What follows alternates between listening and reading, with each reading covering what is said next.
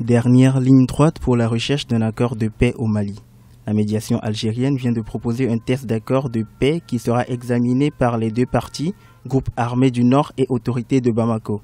Ce vendredi 27 février, ils remettront leurs observations aux médiateurs. Toutefois, les observateurs émettent des réserves quant à ce qui concerne la validation de cette mouture par les différentes parties. Le texte proposé par la médiation actuellement ne fait pas l'accord des deux parties, parce que les mouvements armés disent prendre acte du fait que dans le préambule, on signale que le Nord Azawad renvoie à une entité géographique, socio-culturelle et non à une entité politique.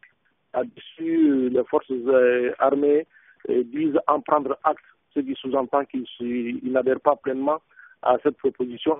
Du côté du Mali aussi, je crois savoir que le gouvernement malien émet des réserves aussi quant au fait que le mot même Azawad apparaît dans le préambule.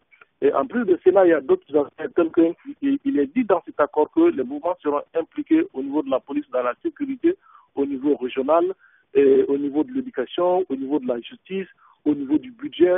Donc tout ça, c'est des situations qui laissent un peu perplexes les deux parties. L'Algérie a succédé au Burkina Faso à la tête de la médiation depuis 2014.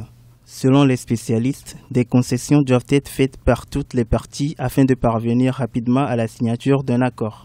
Au nord, il ne faut pas se cacher la face. Aujourd'hui, les mouvements sont en train de perdre du terrain, ils sont épuisés financièrement, ils n'ont plus assez de soutien au niveau international. Moi, je pense que tout ça, c'est des éléments qui vont peut-être concourir à ce que les deux parties aillent à la signature d'une convention, d'un accord. Mais peut-être dans 3 jours, délai de rigueur fixé par la partie algérienne, peut-être qu'il y aura des amendements, des améliorations qui feront que pour l'instant, en tout cas, les hésitations de part et d'autre seront prises en compte et qui seront rapidement dissipées pour qu'il y ait un accord qui fait véritablement l'objet d'un consensus accepté par tout le monde. À Alger, toutes les voix s'accordent pour dire qu'il est temps que ces négociations s'achèvent. Cela fait plus de 7 mois qu'elles ont commencé. Les délégations du gouvernement de Bamako revendiquent l'unité territoriale, alors que celles des groupes armés réclament l'autonomie de l'Azawad.